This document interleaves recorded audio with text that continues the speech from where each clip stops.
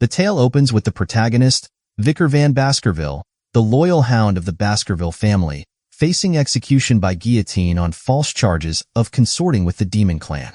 As he confronts his imminent demise, Vikir vows that he will not return as a hound if granted another chance at life. Upon awakening disoriented in a nursery-like setting, Vikir, now in the form of an infant, struggles to comprehend his surroundings, initially fearing he might have descended into hell due to the clamor and weightiness of his body. The room is filled with crying children, adding to his confusion. Meanwhile, Hugo la Baskerville, the patriarch of the Baskerville family, surveys the nursery, disdainfully dismissing the crying infants as inconsequential, labeling them as trash. However, upon noticing Vikir's relative quietness, Hugo hesitantly orders his relocation to the Cradle of Swords. As Vikir lies in the cradle, he fixates on Hugo with a seething hatred, realizing that Hugo orchestrated his wrongful accusation and subsequent execution. Vikir comprehends that he has been reborn into infancy and recollects his life as the Baskerville family's faithful hound. Vicir, born into obscurity within an illegitimate family, underwent rigorous training in impoverished conditions.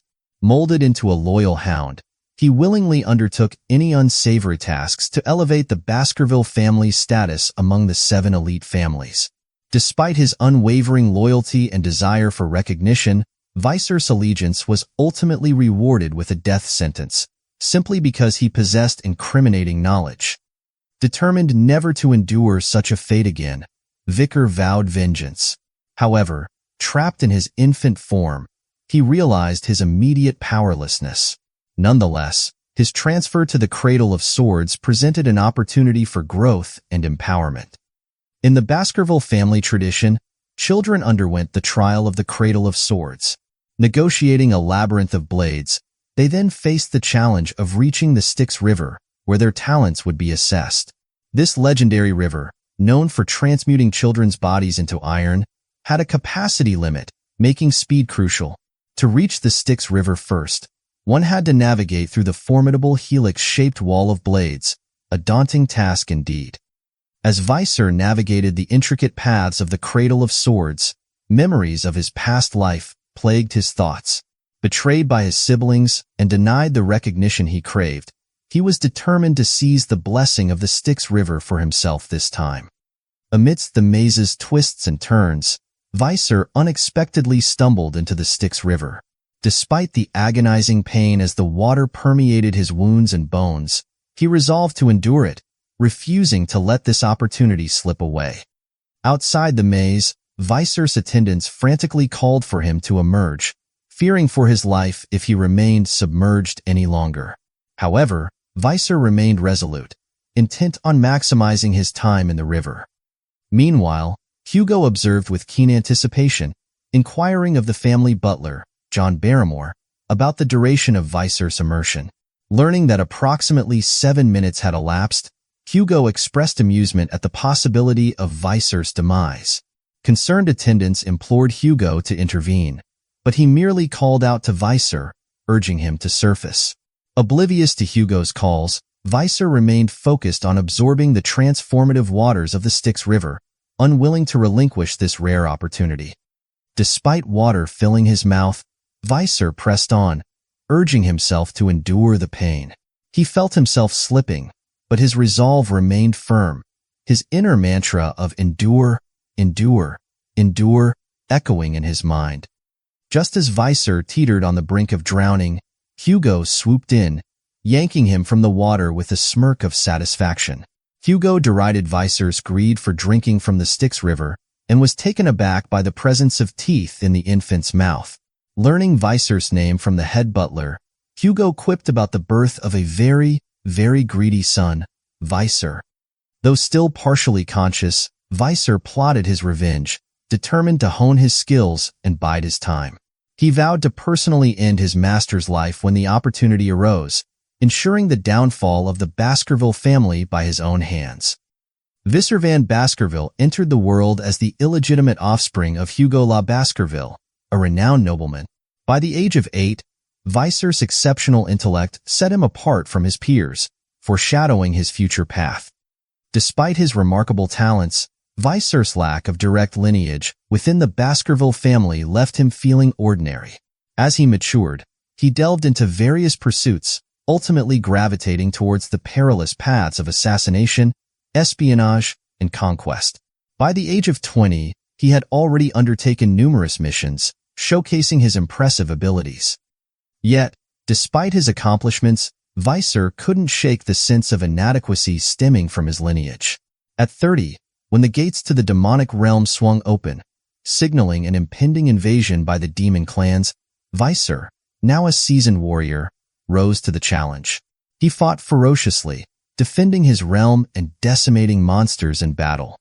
Over the next 5 years, Vicir endured the harrowing era of destruction, tirelessly battling to safeguard his people. When the protracted war finally concluded, humanity emerged triumphant. In recognition of his unwavering loyalty and bravery, Vicir was duly honored by the kingdom. The reward the Vicir anticipated for his heroic deeds turned into a nightmare of defamatory accusations and false charges, ultimately leading to his execution by the guillotine's blade. Awakening in the nursery, Vicir realized he had successfully absorbed the transformative waters of the Styx River. This marked a significant achievement, offering him a newfound advantage in life. His contemplation was interrupted by the arrival of a maid, who seemed puzzled by a gift intended for the young master. Vicir was taken aback by the unexpected gesture, never imagining a member of the Baskerville family would bestow a gift upon him, a bastard child. After placing a box on Vicir's bed, the maid departed, leaving him intrigued and wary of the contents. As Vicir opened the box, his shock intensified at the sight of 2 bloody mambas emerging from within. He speculated whether Madame had sent them as assassins, recognizing only a select few within the Baskerville family who could be referred to as Madame. Regardless of the sender's identity, Vicir sensed a sinister motive, likely aimed at eliminating competition. As the mambas hissed menacingly, Vicir realized the danger they posed to the nursery's inhabitants. Acting swiftly, he seized both venomous snakes with his bare hands, fueled by a deep-seated hatred and a vow to dismantle the entire Baskerville family. The following day, the residents of Baskerville were astonished to discover the child peacefully asleep alongside the lifeless vipers. Despite torturous interrogation and subsequent execution of all nannies on duty that night, the reason for the viper's presence remained a mystery, known only to the young hound, Vicir. 8 years later, Vicir found himself back in class, absorbing his teacher's discourse on the various levels of swordsmanship. From the foundational stage of sword beginner to the pinnacle of mastery embodied by the swordmaster, where the wielder can freely manipulate mana-infused aura, Vicir recognized the path to becoming a formidable swordsman. Upon learning that Sir Hugo, the formidable patriarch of the Baskerville family, was a swordmaster, the students erupted in surprise and awe. Yet, Vicir remained preoccupied, harboring a burning desire to reclaim the power he possessed before his regression, before the pivotal coming-of-age ceremony. Observing Vicir's introspective demeanor, the teacher held him in high regard, recognizing his remarkable strength demonstrated by his 7-minute immersion in the Styx River. Believing Vicir to be exceptionally talented, the teacher anticipated the patriarch's satisfaction upon hearing of his progress. Lost in contemplation of the years it would take to exact his vengeance upon Hugo, Vicir failed to notice the malevolent glares from the triplets. Following the class's conclusion, they accosted him, pushing and mocking him with derogatory epithets like garbage van. They gleefully recounted rumors of Vicir's feats as a baby, including his alleged subduing of 2 vipers in the Styx River. Identifying the triplets as the assailants who had previously stabbed him during his flight from defamation, Vicir seethed with resentment. Known as Hugo La Baskerville's Trident, the triplets, Pro, Middleborough, and Lauber, were formidable adversaries despite their tender age of 9. As the taunts persisted, Vicir resolved to confront the triplets, recognizing the potential future threat they posed. Determined to assert his dominance and quell their insolence, Vicir contemplated putting them in their place before their nuisance grew further. Standing before the menacing triplets, Vicir faced their taunts with a steely resolve. One of them brandished a knife, regaling him with a rumor about the Styx River's transformative powers, claiming one could become impervious to blades if submerged long enough. The other two triplets eagerly concurred while the third issued an order for Vicir to be restrained. Caught from behind, Vicir's mouth was covered as the triplet declared a cruel wager. He would eat his hand if Vicir endured their assault for 3 minutes. Seemingly unfazed, Vicir played along, his composure unwavering. As the triplets attempted to harm him with the knife, time ticked by, 1 minute, 3 minutes, then 10. Yet Vicir remained unscathed. The triplets begrudgingly acknowledged the truth of the legend, growing bored with their futile endeavor and releasing their captive. As Vicir was released, he noticed blood on his hand and realized a finger was missing. With a sinister grin, he spat out the triplet's severed digit, shocking his assailant. Reminding the triplet of his promise to consume his own hand, Vicir relished the moment. Meanwhile, the other two triplets sought to defuse the situation, suggesting they seek aid from a priest to reattach the finger. Uninterested in reconciliation, Vicir instead demanded to know who had sanctioned their release, his gaze filled with dark intent. As the triplets lunged at Vicir with the knife, hurling insults and emphasizing their seniority, Vicir remained unfazed, allowing the blade to embed into his flesh to the triplets' astonishment. With a swift and merciless twist of their hands, Vicir inflicted agonizing pain upon the triplets, his voice dripping with menace as he asserted the insignificance of age in Baskerville compared to strength and talent. Terrified, the triplets exchanged shocked glances. In a sudden burst of violence, Vicir struck out, knocking one of the triplets to the ground while the others watched in disbelief. Enraged, the remaining triplet launched an attack, only to be swiftly incapacitated by Vicir's well-placed kick. Silence enveloped the room as the triplets lay battered and defeated. Standing over them, Vicir radiated cold indifference as he pronounced their fate. While they would receive medical treatment, he made it clear they would not be allowed to leave the room, forced to endure the discomfort of their injuries. However, in a gesture of twisted generosity, he granted one of them the privilege of freedom. As Vicir departed, leaving the triplets to decide their fate, he tossed a knife before them, challenging them to determine which one would leave the room. With a taunting remark, he urged them to decide quickly, emphasizing the urgency of their choice. At least one of you should live, right? The triplets, realizing their predicament, eyed the knife and each other, understanding that survival was now their sole imperative. In a desperate scramble, they lunged for the weapon, grappling fiercely as the sounds of their struggle reverberated through the room. Outside, Vicir listened with grim satisfaction, having successfully sown discord among the Trident of Baskerville, pitting siblings against each other in a battle for survival. Meanwhile, in the Patriarch's office, the head butler, John Barrymore, delivered troubling news to Hugo La Baskerville, Patriarch of the Baskerville clan. The Moore clan had encroached upon the ruby mines, asserting ownership over the territory. Despite the provocation, Patriarch Hugo remained resolute, assuring John that they would address the situation. As John proceeded to provide an update on the juvenile fortress's interim evaluation, he informed the Patriarch that Master Vicir had attained the highest score in the written exam. However, John hesitated before divulging a recent incident at the fortress, hinting at further complications on the horizon. John delivered disconcerting news to Patriarch Hugo regarding a major altercation among the young masters at the fortress. Concerned, Hugo inquired about fatalities, relieved to learn there were none. However, the extent of the injuries, Master Hio's damaged teeth, Master Mid-Leo's fractured jaw, and Master Lobo's amputated finger, was distressing, compounded by the apparent psychological toll. Expressing surprise at the conflict among the typically close-knit youths, Hugo remarked on their unlikelihood to engage in such violence. John then disclosed friction involving another young master, 8-year-old Vikir, who not only wounded the trio but also achieved the highest scores on the written exam. After expressing his concern about the incident at the juvenile fortress, Patriarch Hugo summoned the Vicir to his office. Vicir arrived with a smile, prompting Hugo to remark on his growth.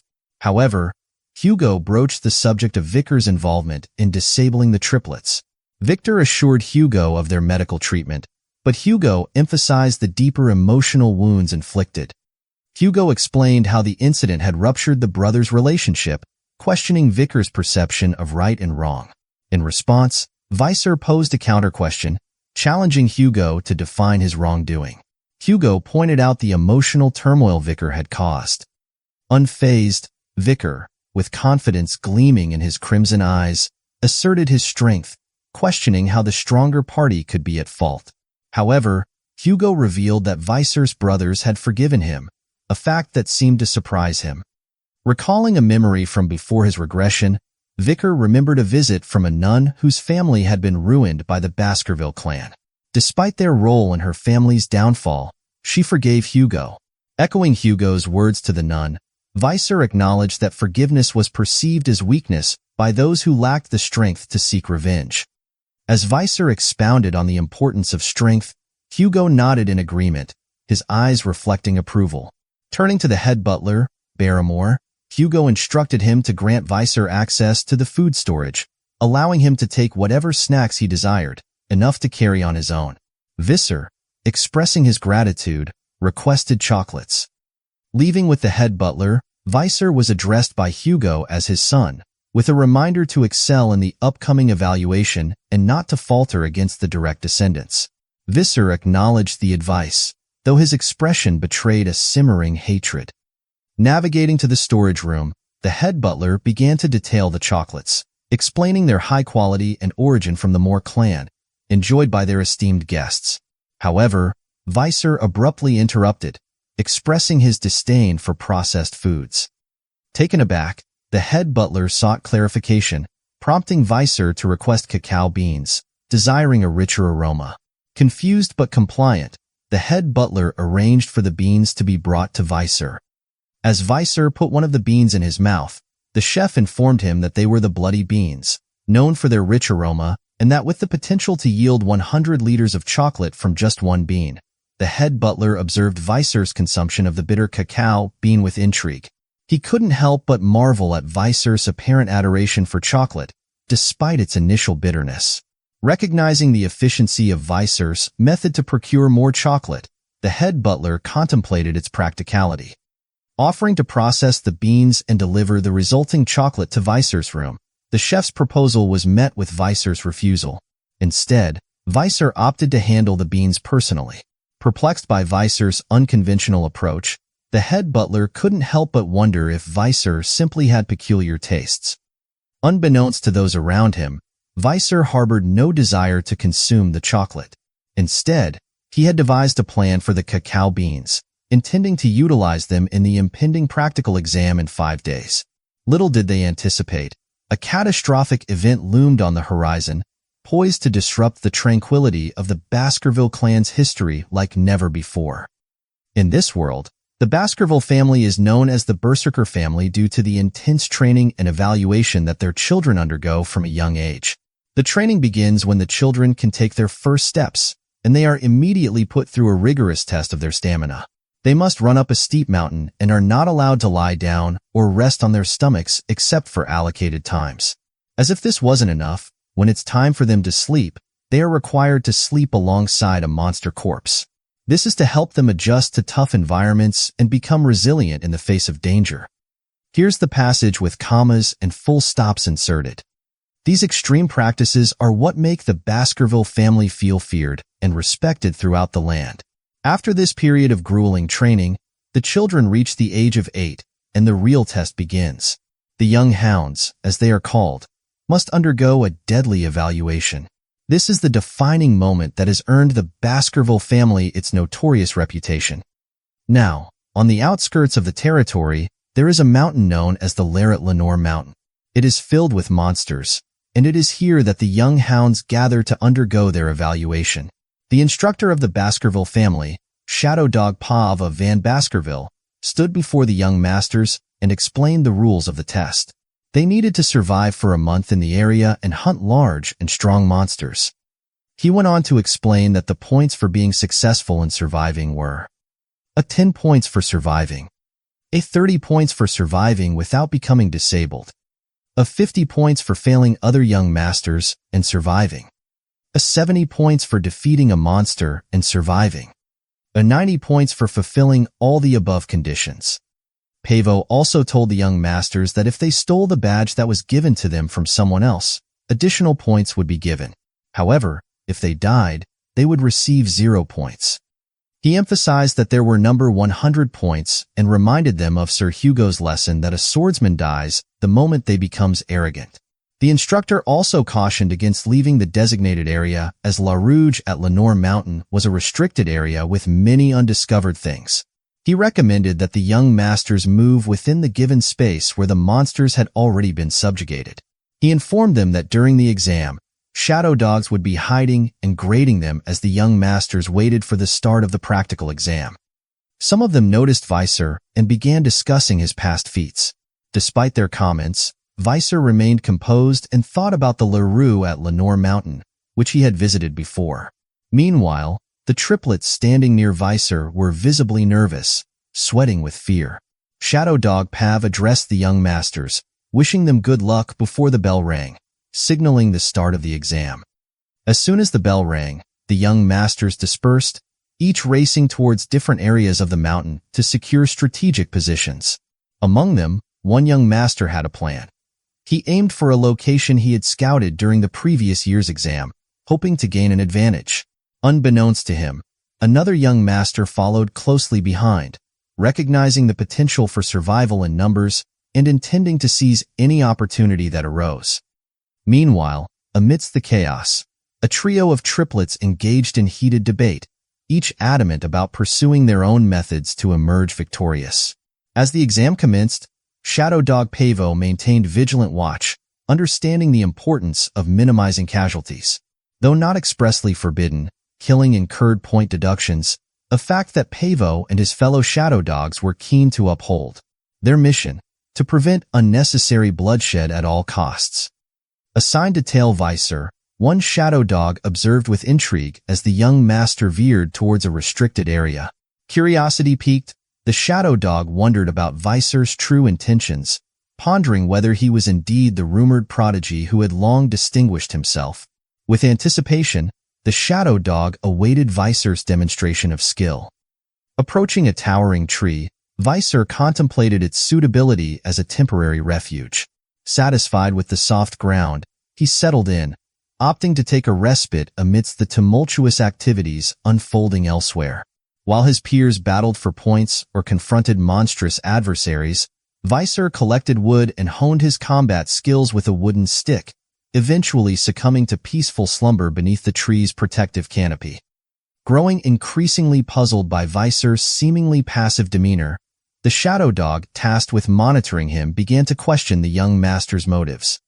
The shadow dog wondered how long it had been since Vicir last took a break, observing his activities of digging holes, foraging for food, and gathering equipment. Doubts crept in regarding the rumors of Vicir's supposed genius, questioning whether he intended to merely hide rather than actively engage in the exam. Eventually, the shadow dog decided to seek out other sources of interest, leaving Vicir alone. With the departure of the shadow dog, Vicir's expression brightened into a smile, relieved to finally unwind and reminisce about simpler times spent camping outdoors. Recalling a conversation with his companions about using cacao beans to mask fish odors, Vicir tossed some beans into the fire, reflecting on the absence of the meddling shadow dog and his completed preparations. Contemplating whether to commence his hunt, Vicir pondered his next move. Days later, Vicir ventured into the restricted area, recognizing it from his prior scouting missions. As he explored, a distinct burning aroma caught his attention, emanating from the charred remnants of tree roots. Vicir recognized the telltale signs of the monster's habitat nearby, and his suspicions were confirmed when he stumbled upon burning excrement, a clear indicator of the presence of a hellhound.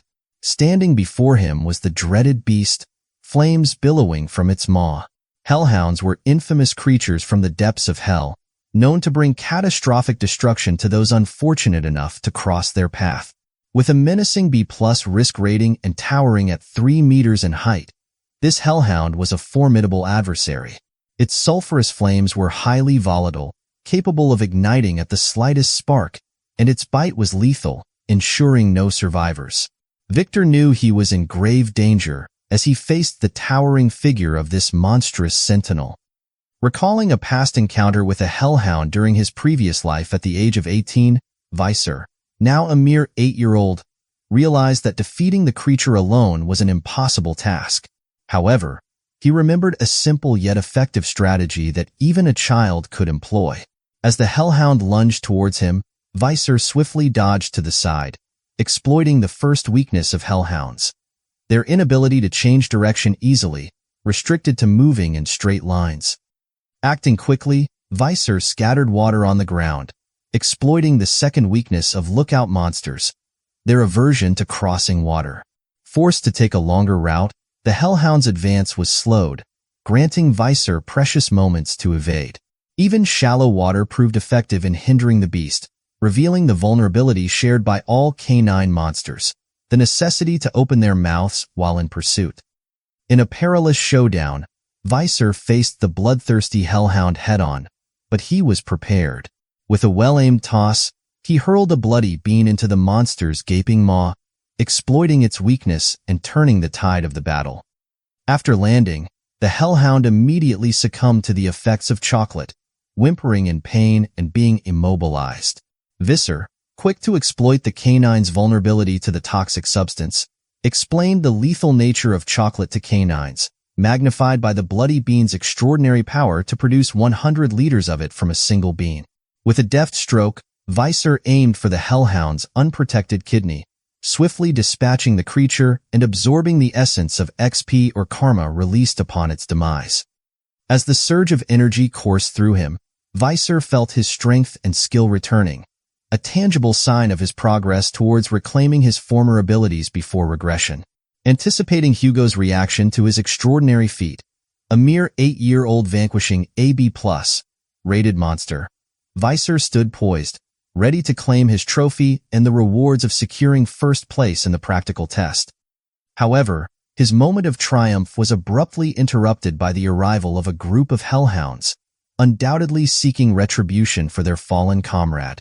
Unfazed, Vicir remained composed, armed with the knowledge of these creatures' weaknesses and prepared to face them once again. As the hellhounds closed in, Vicir brandished his sword, poised for the impending confrontation. With an ample supply of bloody beans at his disposal, he prepared to leverage them to his advantage. A smirk played across his lips as he severed the head of the fallen hellhound, taunting its brethren with the knowledge that they stood no chance against his formidable skills and knowledge. Having already bested one of their kind, Vicir was confident in his ability to dispatch the rest. However, the atmosphere shifted abruptly as the remaining hellhounds began to whimper, a reaction that piqued Vicir's curiosity. It was unprecedented for such fierce beasts to display fear in the presence of a mere 8-year-old, defying their instinctual nature as predators. Puzzled by the hellhound's unexpected behavior, Vicir turned, only to come face to face with a monstrous entity, a Cerberus, the legendary three-headed guardian of the underworld from Greek mythology. Towering at a colossal 7 meters in size and boasting an imposing A+ risk rating, the Cerberus was a formidable adversary. Vicir found himself bewildered by the presence of such a creature, typically confined to the 7th ridge of the Larue at Lenore Mountain, an area reserved for the ultimate lookout monster where the spirits of the deceased congregated. As Vicir observed the wounded Cerberus, he noted the telltale signs of its recent ordeal, bleeding profusely with arrows protruding from its massive frame. It dawned on him that the creature had likely been hunted and driven to this place in its desperate flight. Recognizing the opportunity to confront and potentially slay an injured A+ ranked monster, Vicir resolved to engage the Cerberus in battle. Despite Cerberus's formidable reputation as a powerful and dangerous adversary, Vicir had concealed his true prowess as a sword expert, honed through countless battles with demon clans. Strengthened by the waters of the river Styx, his weapons were finely attuned to combat against such creatures. With skillful swordsmanship, Vicir landed several blows on the Cerberus, bolstered by the belief that an injured foe was within his reach. His assault seemed promising, each strike inching closer to victory against the injured Cerberus. However, a momentary lapse in vigilance proved costly as the Cerberus seized the opportunity to retaliate with its formidable claws. In a swift and devastating counterattack, Vicir's sword shattered under the force of the first blow, and the second sent him hurtling through the air with bone-jarring force. With a sickening thud, Vicir collided with a nearby tree trunk, blood gushing from his mouth as the impact inflicted grave injuries upon his body. Rendered motionless and broken, Vicir lay still, his valiant effort ending in defeat against the overwhelming might of the Cerberus. Vicir's eyes fluttered open, greeted by a rush of panic as the memory of the Cerberus's brutal attack flooded back. A sharp pain throbbed in his left arm, prompting fears of dismemberment, quickly dispelled upon inspection. His limb remained attached, albeit bearing injuries. Relief washed over him, grateful that the Cerberus's assault hadn't resulted in severance. Contemplating the protective properties of the river Styx, Vicir acknowledged the role it may have played in mitigating the beast's onslaught, though he recognized the need for caution, understanding its limitations. Yet, his respite was brief, overshadowed by the realization of his significant wounds. Aware that he couldn't withstand another blow from the Cerberus, Vicir deftly dodged its renewed aggression. Drawing upon his seasoned instincts as a hunter, he recognized the imperative of finding an escape route, opting to flee from the confrontation. As he sprinted, thoughts of survival consumed Vicir's mind, his gaze scanning frantically for an exit strategy. A glimmer of hope emerged as he spotted an iron fence mere yards away. Determination surged within him, fueled by the prospect of freedom beyond its confines. With every ounce of strength, he propelled himself forward, driving towards the barrier with unwavering resolve. With a surge of adrenaline, Vicir breached the gate, his heart pounding with relief as he exited the restricted area. Yet, he remained vigilant, knowing that danger still lurked nearby. Racing against time, Vicir pushed himself towards the safe haven he had meticulously prepared before embarking on this perilous mission. With every stride, he scanned the surrounding woods, heart pounding with the fear of the relentless pursuit by the Cerberus. Finally, his desperate search yielded results, a pit strategically hidden among the trees, awaiting its intended prey. Summoning all his agility, Vicir leapt forward, narrowly evading the snapping jaws of the Cerberus as it plunged into the pit lined with wooden spears. A smile of satisfaction tugged at Vicir's lips, a testament to his meticulous preparations. Each spear had been infused with the essence of the bloody bean, acting as a lethal poison against the canine monsters. Despite the Cerberus's growls and foaming mouth, Vicir remained composed, poised for the ensuing battle. Drawing upon his resolve, Vicir armed himself with a wooden spear, launching it towards the Cerberus and striking its flank. Yet, the beast persisted, advancing menacingly towards him. With measured focus, Vicir observed the creature's movements, calculating its approach step by step. And then, at the crucial moment, as the Cerberus took its seventh step, it faltered, collapsing before him. Exhaling a breath he hadn't realized he'd been holding, Vicir's relief washed over him as he grasped the truth. The rumors were indeed accurate. The wooden spear he had hurled bore a deadly secret.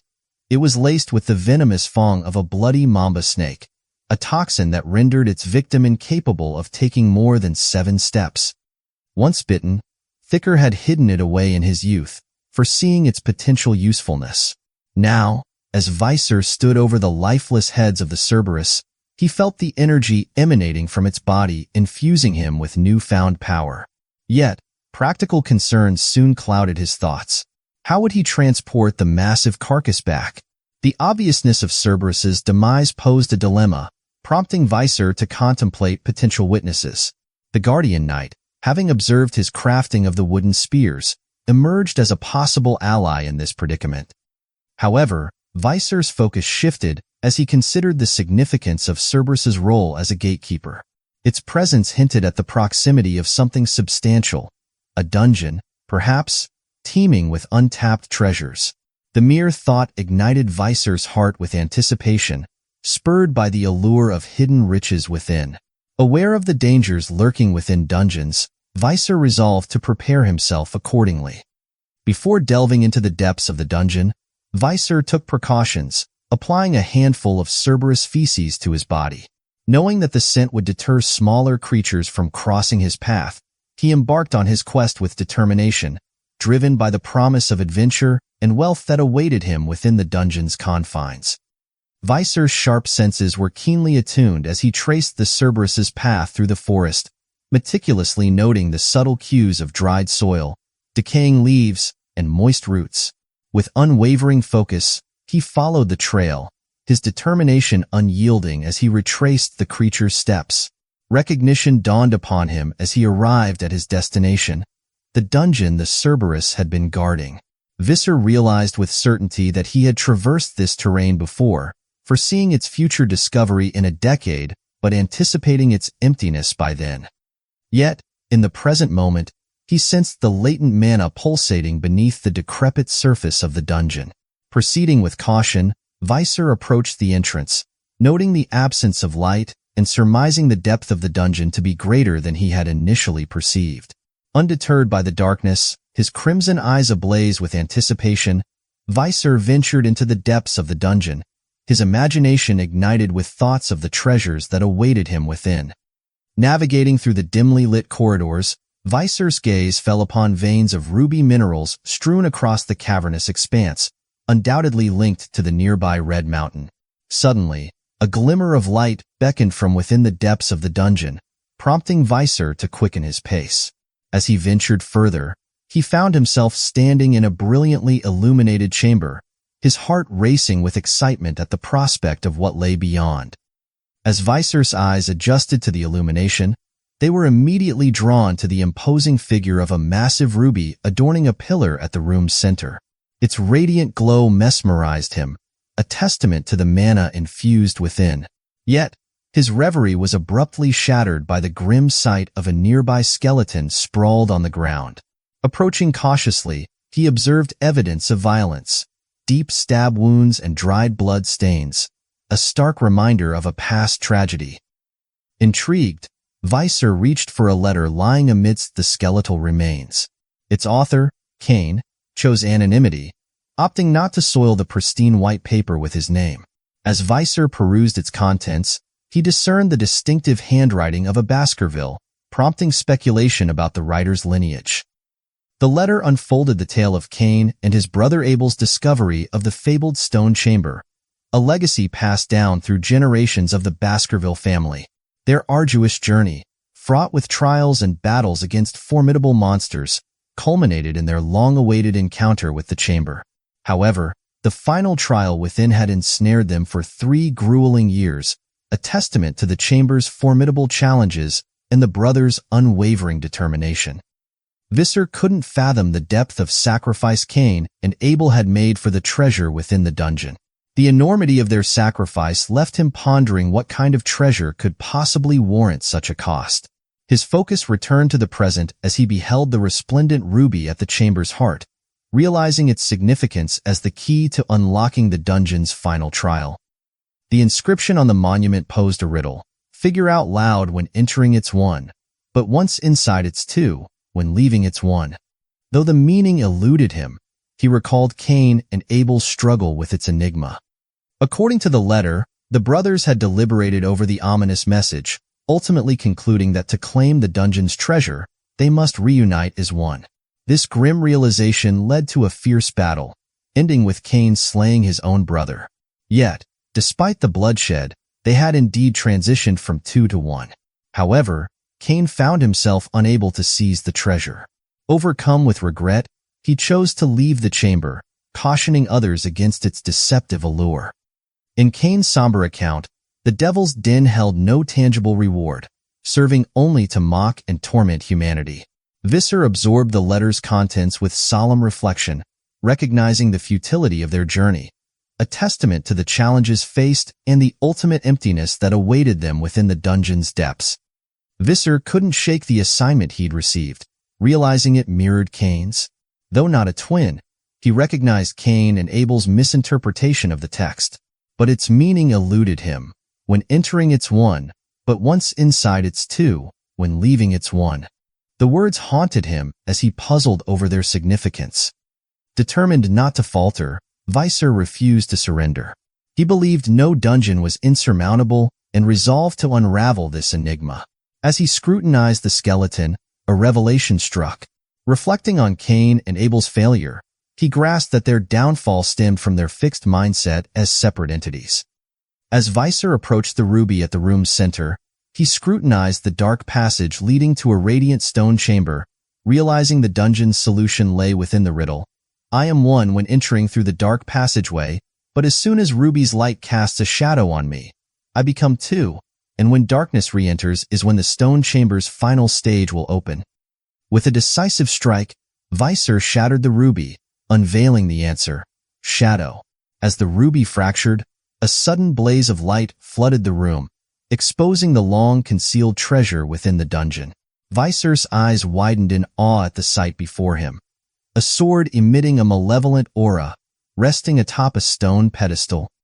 The sight of the sword left Vicir stunned, wondering if it was the fabled relic of the devil's den. Examining the blade, his gaze fell upon the inscription on the stone beneath it, revealing that only those of Baskerville lineage could wield beep. He was taken aback to learn that beep originated from this very place. At the mention of beep, memories flooded Vicir's mind, transporting him back to a distant childhood. He recalled a picture book depicting the gluttonous fly Beelzebub, a legendary monstrosity that had once terrorized the continent.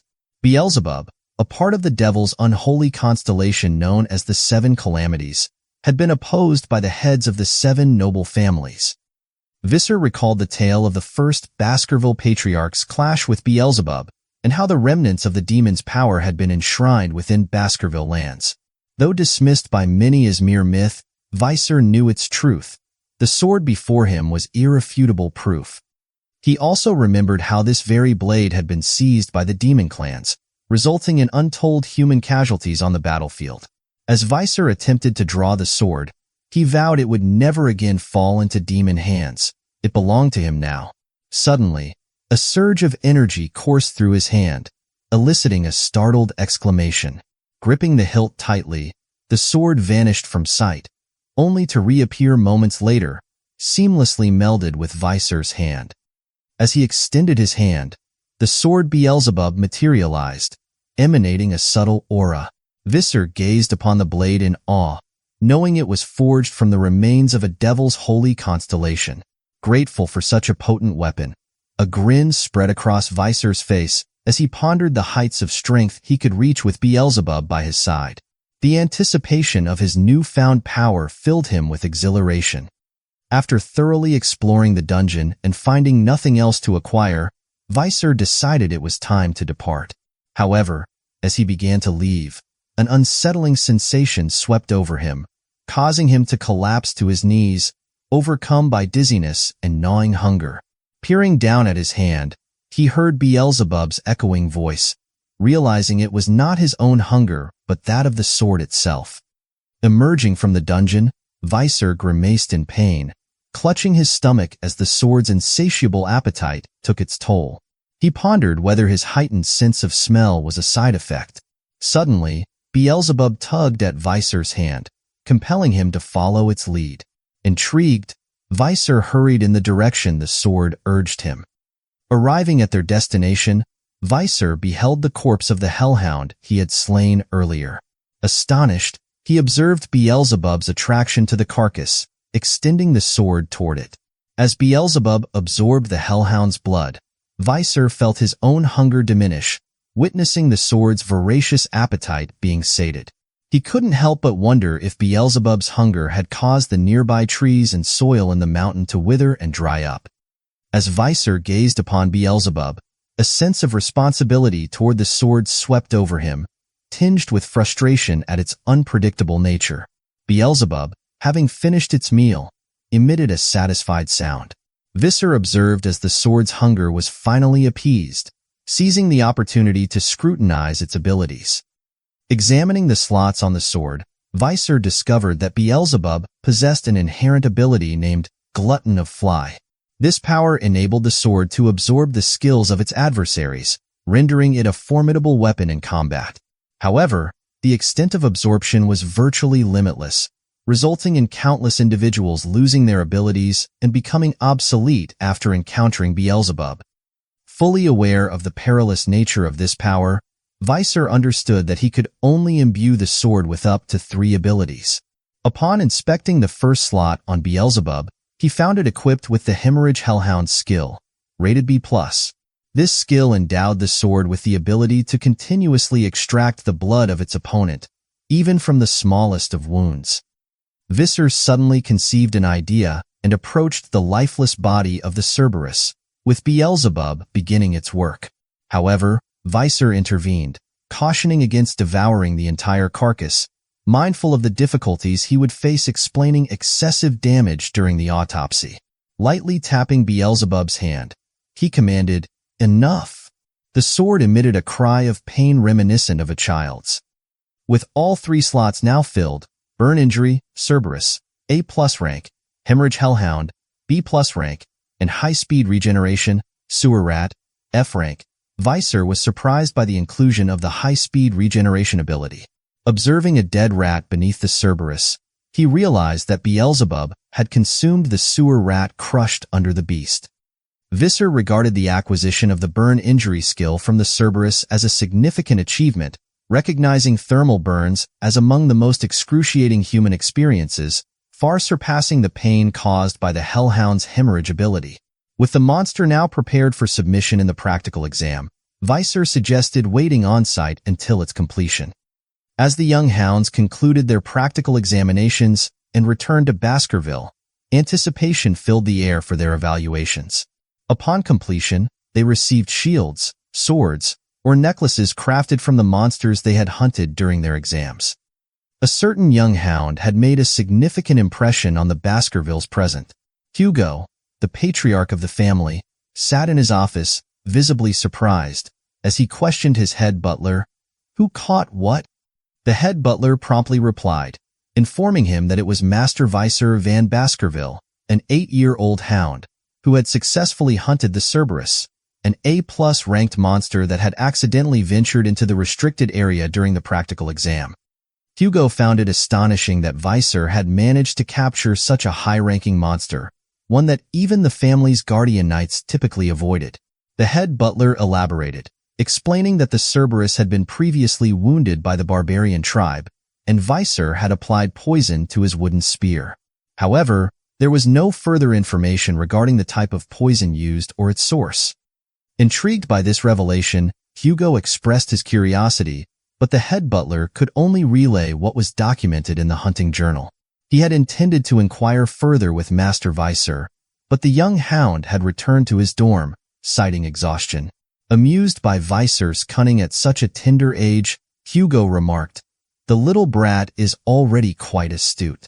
He understands that information holds power, and power holds value." The head butler couldn't conceal his surprise, expressing astonishment that a hound named Van rather than La displayed such remarkable talent.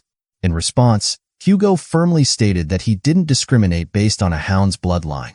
He raised hounds based on their abilities and determination, not their lineage, emphasizing that even mutts could possess royal ancestry.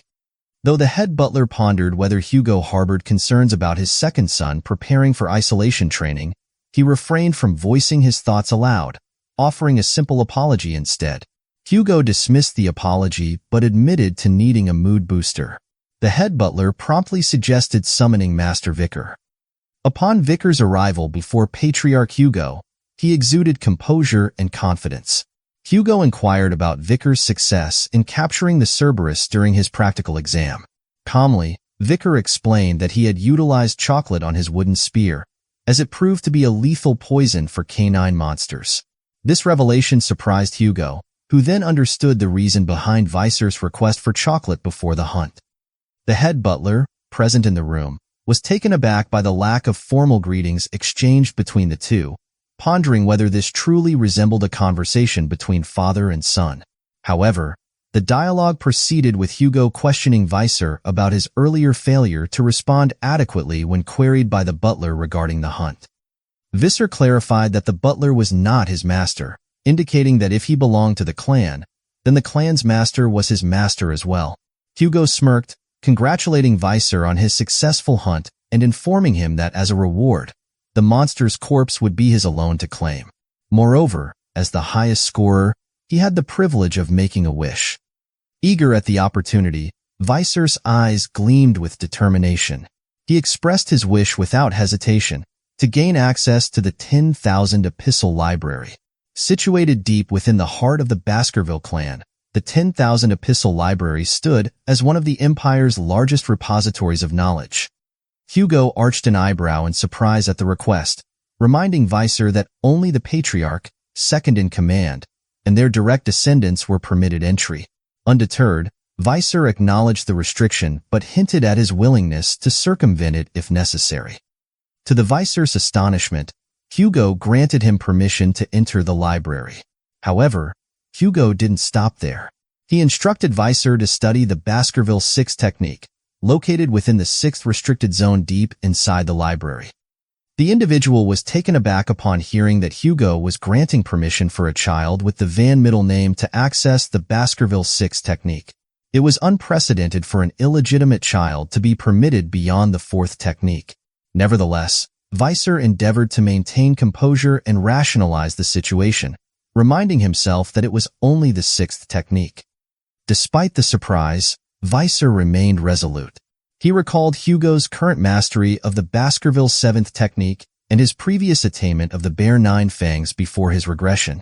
However, Vicir had not forgotten the discrimination he faced as an illegitimate child, and he was determined to surpass Hugo's achievements. His ultimate goal was to acquire the Quintessence of Baskerville, the textbook of swordsmanship containing the teachings of the first patriarch who subdued the 7 great disasters. Vicir understood that this book held the key to his success, and he anticipated Hugo's eventual surrender of it to him. As Hugo offered a faint smile and wished Vicir good luck, Vicir bowed in gratitude.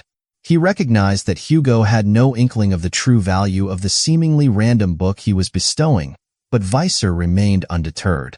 He was confident in his ability to seize this opportunity and surpass all expectations, emerging stronger than ever before.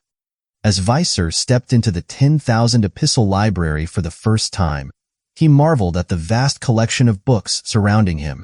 He whispered their titles to himself: Severing Czars, Grinding Mullers, Piercing Canines, Snaggle Tooth that embeds twice, Wisdom Teeth that lay down, and numerous others on swordsmanship. These were the very texts he had yearned to delve into in his past life. Yet, Vicir was keenly aware of the limitations imposed on illegitimate children of Baskerville. No matter how diligently they trained, they were restricted from mastering swordsmanship beyond the 4th technique. This safeguard was implemented by the Baskerville family to prevent any potential defiance from their offspring turned hounds. Eventually, Vicir arrived at a section where a book was securely chained and locked in place. He wondered if this was the coveted tome detailing the 6th technique. It was difficult for him to fathom that Hugo had entrusted him with access to such knowledge. Vicir realized that, before his regression, he would have never dared to dream of such an opportunity. As he unlocked the chains, Victor couldn't help but acknowledge Hugo's rationale behind granting him this privilege. Surely, Hugo assumed that an 8-year-old child wouldn't be capable of mastering the contents of the book in a single day. However, before his regression, Vicir had already immersed himself in the theories behind the 1st to 4th techniques, exhausting them in pursuit of understanding the elusive 5th technique. Vicir experienced a revelation. He realized that after mastering the 4th technique, he should have halted the flow of mana. This oversight might explain why he struggled to manifest the 5th tooth. In Baskerville swordsmanship, each stage of the sword corresponded to a specific number of teeth, starting with 1 for the 1st technique, 2 for the 2nd, and so forth. Drawing teeth unleashed a unique trait, a crimson sword energy. Despite gaining access to the book detailing the 6th technique, Vicir found himself indifferent to its contents. His purpose in visiting the 10,000 epistle library was different. He sought a stage beyond his current level. Exiting the swordsmanship section of the library caught the guards off guard. They questioned him incredulously. Had he already finished reading? Offering to fetch more books, particularly other swordsmanship texts deeper within the library, the guards were surprised when Vicir declined, affirming that he had accomplished what he came for. The guards marveled at Vicir's swift completion and suggested he prolong his stay to explore additional literature. Victor assured them that he intended to peruse other books before departing. As he strode away, the guards exchanged whispers, noting that the section Vicir was headed to house miscellaneous texts. As Vicir wandered through the library, he couldn't help but overhear the guards discussing the deeper, more prestigious swordsmanship textbooks. They speculated whether Vicir's youth might have blinded him to the value of such tomes. Smirking to himself, Vicir decided to let them entertain their assumptions. He knew that hidden amidst the dusty shelves of miscellaneous books lay his true prize. His gaze swept across the shelves until it settled on a book titled A Lurking Ambush. Instantly, excitement surged within him, for he recognized it as the very book he sought.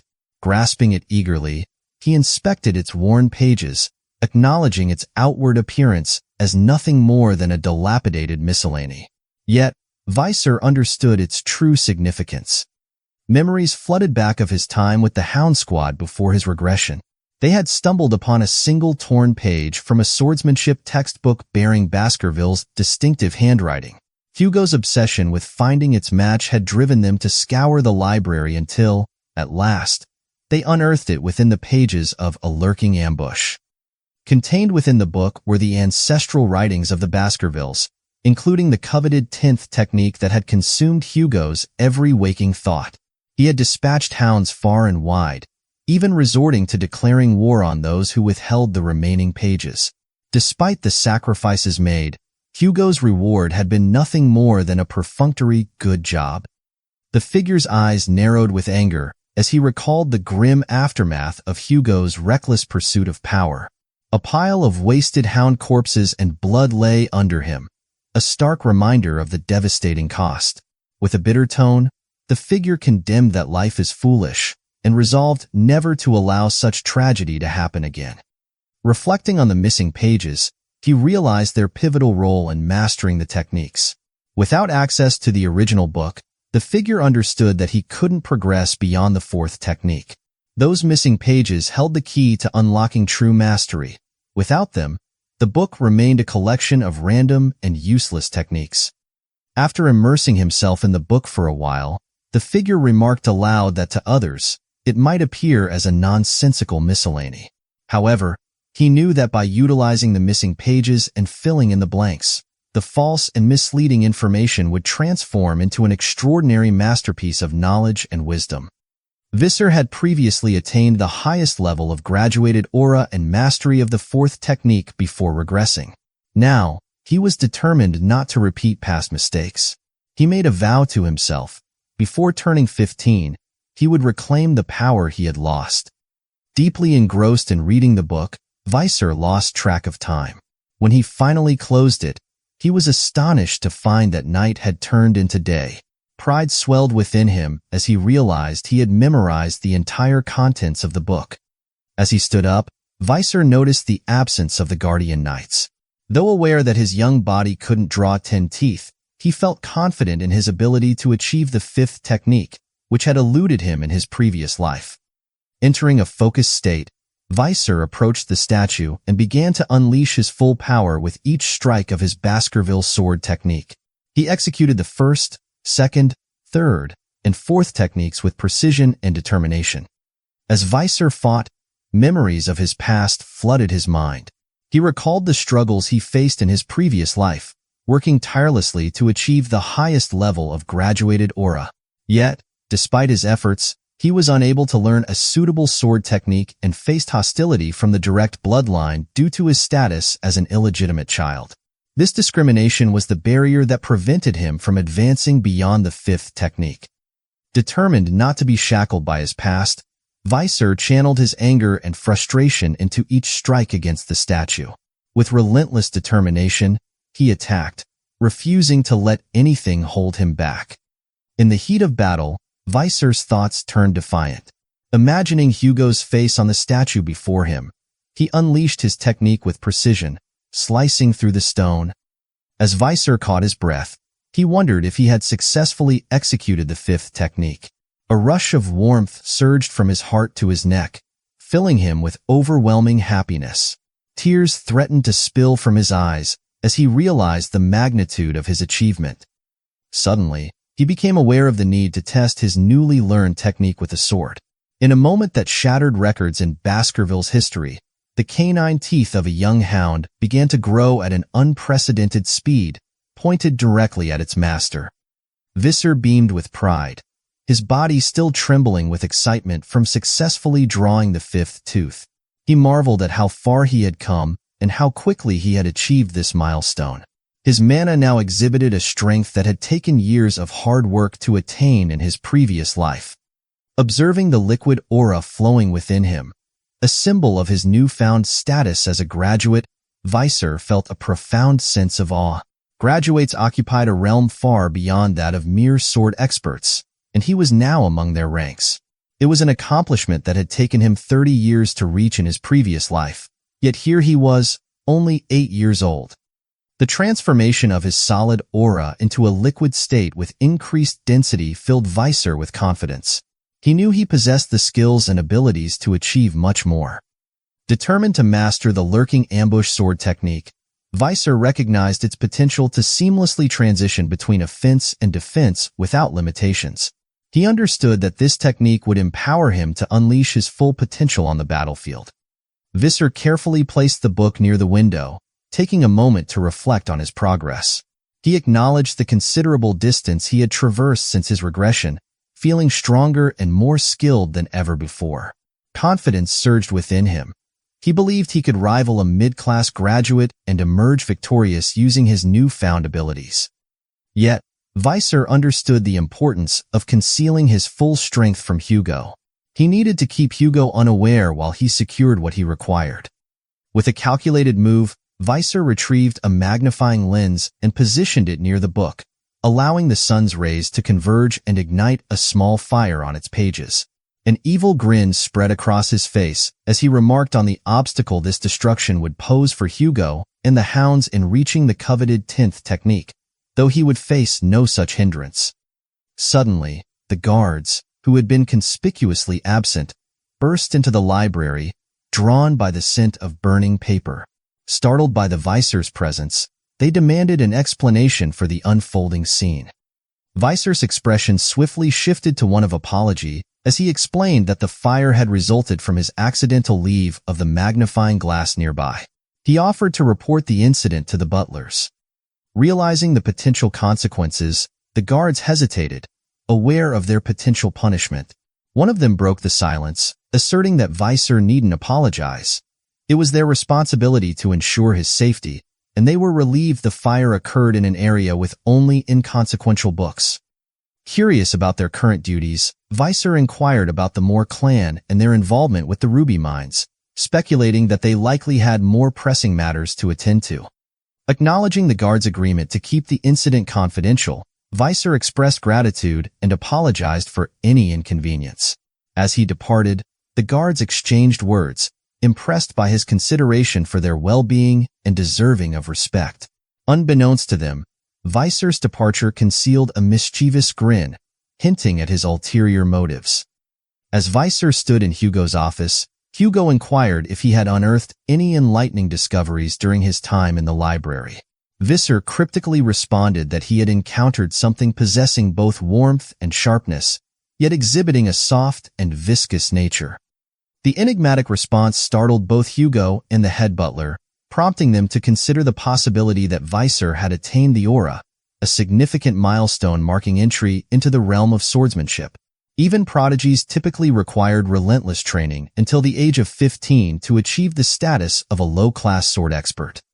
Initially excited by the prospect, Hugo's enthusiasm waned upon realizing Vicir's tender age of 8, casting doubt on the feasibility of such an accomplishment. Nevertheless, he requested Vicir to demonstrate his newfound skills. In a coliseum-like arena, Vicir stood poised with a sword in hand, surrounded by puzzled young hounds. The head butler inquired about Hugo's plans to evaluate Vicir's abilities, to which Hugo revealed his intention to unleash a monster for Vicir to confront. The head butler was taken aback by the notion of releasing a monster, to which Hugo assured him of the preparedness of a hungry and aggressive creature. With the opening of the gate, a chained orc was ushered into the arena, marking the commencement of Vicir's test. The orc, a hulking green-skinned behemoth adorned with bulging muscles and menacing razor-sharp tusks, surveyed the Colosseum with its keen, beady eyes, assessing its adversaries. The young hounds in the audience watched in a mixture of shock and awe, mesmerized by the sight of the formidable creature before them. Amongst the whispers circulating amongst the spectators, doubts emerged, questioning the necessity of pitting such a creature against an 8-year-old. Speculation arose about potential intervention from the Guardian Knights should the situation escalate beyond control. Undeterred by the skepticism, Vicir maintained his composure, poised and prepared to confront the orc with his trusty sword. With Hugo's consent, the guard released the orc from its chains, prompting a thunderous roar as the creature charged towards Vicir. Yet, Vicir remained unfazed, patiently biding his time for the opportune moment to strike. With impeccable timing, he unleashed a lightning-fast swing of his sword, severing the orc's arm in a single fluid motion. Witnessing Vicir's sudden display of prowess, both the audience and the orc were stunned into silence. Without hesitation, Vicir swiftly delivered another decisive blow, cleanly severing the orc's leg. Collapsed on the ground, writhing in agony, the orc emitted guttural growls of pain. Meanwhile, Vicir maintained his calm demeanor, analyzing the situation with a discerning eye. He surmised that the orc's shock stemmed from experiencing its first taste of bloodshed, realizing that its signature ability, high-speed regeneration, remained dormant. Vicir understood that C-class monsters couldn't staunch the hemorrhage from a B-class hellhound. The audience was astounded by the display, struggling to reconcile the strength of an 8-year-old. Some pondered the feasibility without mana manipulation. Vikir glanced at Hugo, but his demeanor remained impassive. Aware of Hugo's quest for knowledge, Vikir decided to reveal what he sought. Suddenly, Hugo's eyes lit up, prompting the head butler to exclaim in shock, questioning if it was the aura blade. Vicir's sword glowed with a fierce red light as he charged toward the orc attempting to rise. With a swift strike, the aura blade sliced through the air, decapitating the orc. Seated nearby, Hugo couldn't believe the spectacle before him. The head butler immediately identified the glow from Vicir's sword as that of a low-class sword expert, congratulating Hugo and proclaiming the birth of a genius unlike any other in the Empire's families. Yet, Hugo's attention remained fixed on the orc's persistent bleeding, despite its supposed rapid regeneration. Hugo remarked to the head butler that Vicir's victory was only due to the orc's weakness. However, Vicir's voice interrupted his thoughts, and Hugo turned to face his son, who wore an innocent smile. Vicir's question, "Is there anything stronger than this orc?" surprised the audience, especially the young hounds, as Vicir requested a new, more formidable opponent. Vicir harbored his own motivations for desiring a stronger challenge. Vicir hoped to impress his father, Hugo, and showcase his progress to the audience. He believed that by doing so, he could earn recognition and possibly gain independence from his father, such as being assigned to a remote area or admitted to an academy. Meanwhile, Hugo, observing from the sidelines, remarked that the orcs he had brought from afar failed to quench his son's thirst for challenge. He concurred with Vicir's sentiment, suggesting that he should face more formidable opponents at his age. Turning to his head butler, he inquired about any creatures captured during a barbarian raid for experimentation. The head butler confirmed the existence of one remaining creature, and Hugo promptly ordered for it to be brought into the arena. Both Vicir and the audience were taken aback as they watched a massive troll being led in. Standing in the arena, Vicir faced the towering troll, twice his size. Seeking Hugo's approval, Vicir requested to commence the fight, and with Hugo's nod, the troll's chains were released. It launched a powerful punch at Vicir, but he swiftly dodged it with agility. Taking advantage of the troll's momentary confusion, Vicir maneuvered behind it. In the audience, someone noted it as the perfect opportunity to strike, questioning why Vicir didn't seize it. However, Hugo nodded in understanding, explaining that trolls possessed remarkable regenerative abilities, making only fatal strikes worthwhile, hence the necessity for a strategic plan when hunting them. As the troll charged towards Vicir, he gracefully evaded each attack with ease, leaving the audience in awe. Despite his adept dodging, spectators wondered why Vicir refrained from fighting back. Some speculated that he might be attempting to exhaust the troll, or that he harbored a hidden strategy, considering him a genius. After some time, Vicir grew weary of the prolonged fight and decided to take action. Aware that unleashing his full strength could risk dire consequences, he strategized to exploit the troll's own power against it. As the troll launched another attack, Vicir seized the moment and swiftly struck its arm, nearly severing it from the troll's shoulder. The audience gasped at Vicir's decisive move, initially believing the troll to be defeated. However, they soon realized that without a fatal wound, the troll would swiftly regenerate, its injuries healing at an alarming pace. Realizing that conventional methods wouldn't suffice, Vicir understood that Beben's hemorrhage skill was the only way to ensure the troll's demise. Yet, he hesitated, knowing the futility of such a technique. Despite Hugo's counsel to cease, Vicir pressed on, asserting that he was on the verge of a breakthrough. He declared that if his next attack failed to kill the troll, he would concede defeat. As the troll growled menacingly, Vicir weighed how much of his true power to reveal. Resolute in his decision, he aimed to illustrate his newfound prowess attained through an epiphany during the fight. Yet, he also anticipated Hugo's reaction with curiosity. With his sword emitting a crimson glow, Vicir poised for a potent strike. Upon impact, the troll's head was cleanly severed, shocking everyone, including the head butler in the audience. It was unprecedented for an 8-year-old to master the second technique of the Baskerville clan, typically achieved at 18. Brimming with joy, Vicir sported an innocent smile, declaring his triumph. However, Hugo was left in disbelief, struggling to comprehend the scene before him.